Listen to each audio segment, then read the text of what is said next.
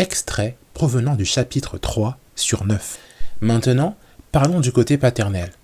Fin des années 70, ma grand-mère, milieu de la quarantaine, souffrait d'une grave tumeur au cerveau ne faisant que s'intensifier année après année. Elle perdait de plus en plus de facultés moteurs et mentales, au point de ne plus se souvenir progressivement de ses enfants, de ne plus pouvoir parler correctement, comprendre ce qu'on lui disait, se nourrir, se doucher, même marcher, elle qui avait toujours été une femme forte, tout comme son caractère, indépendante et dégourdie. Dès les premiers signes de la pathologie, mon père avait pris soin de l'emmener à l'hôpital Lariboisière à Paris 10 où elle séjournait depuis.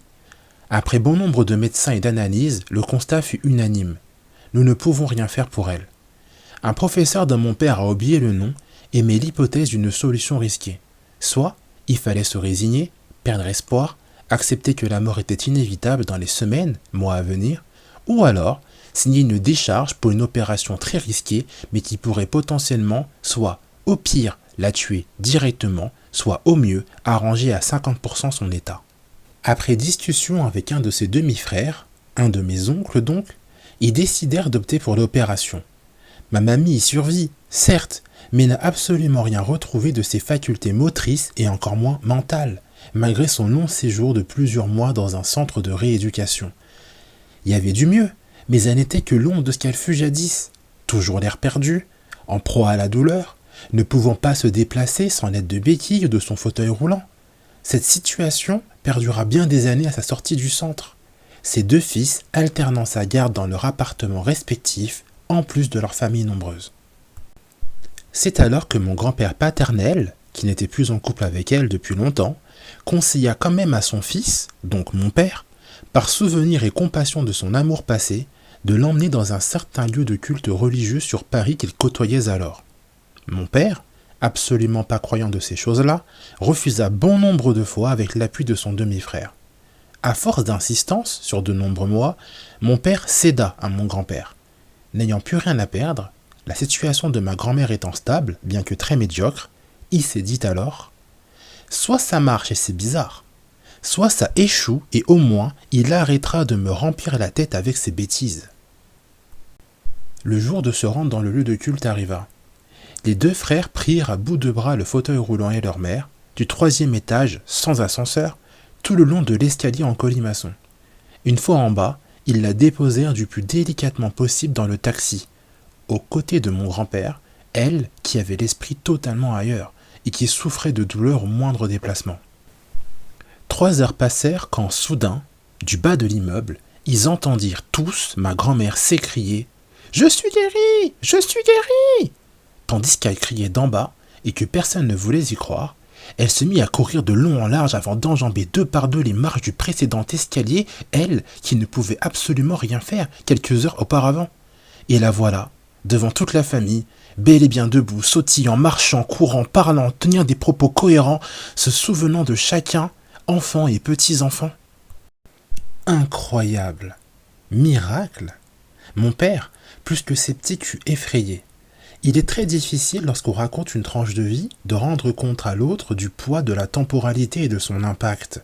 Essayez, autant que vous le pourrez, de bien réaliser la charge mentale de s'occuper d'une personne, de ne plus reconnaître ses comportements à cause de la maladie, de s'inquiéter, autant la journée que la nuit, des allers-retours à l'hôpital puis à la rééducation, entendre ses plaintes de douleur journalière, perdre espoir qu'elle retrouve sa mémoire, faire le deuil de son avenir et de la personne qu'elle fut, jusqu'à ressentir le poids physiquement lors des moments d'hygiène ou de simples déplacements.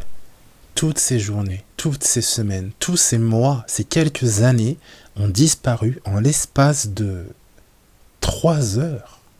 Réalisez le choc. Pensant que tout cela n'était qu'au mieux du charlatanisme qu'il ne comprenait pas, ou au pire, magie noire, il imposa que soient faits sur elle tous les tests médicaux nécessaires afin de débusquer la supercherie.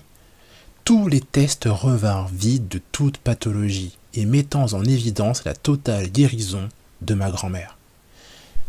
Malgré tout cela, mon père resta persuadé qu'il s'agissait d'une tromperie pendant de nombreux mois, se basant sur des paroles qu'il avait entendues ici et là, notamment chez les témoins de Jéhovah, disant que les miracles n'existaient plus et que la joie ne serait que de courte durée, que son état finirait par revenir encore pire que ce qu'il avait été auparavant. De toute évidence, Les témoins de Jéhovah avaient tort. Aujourd'hui, plus de 40 ans plus tard, ma grand-mère est toujours en vie, avec toute sa tête, toute sa mobilité, à plus de 86 ans. De façon indéniable, quelque chose de miraculeux s'était produit ce jour. Peu de temps après, mon père est devenu officiellement un croyant engagé avec tout ce que cela implique. Plus rien n'a jamais été comme avant pour chacun de mes frères et sœurs, jusqu'à impacter entièrement ma vie, moi qui naîtra bien des années plus tard.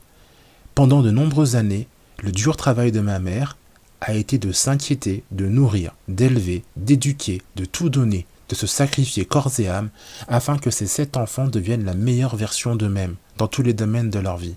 Et le meilleur complément possible à tous ces efforts parentaux est le demander chaque jour dans ses prières afin qu'ils prennent soin de nous, de notre santé, de notre bon comportement et de notre avenir. Maintenant que je vous ai partagé cela, vous comprendrez mieux la place, l'importance et l'impact qu'a pu avoir toutes ces choses dans ma vie. Mais la question reste en suspens. Que s'est-il vraiment passé ce jour-là ?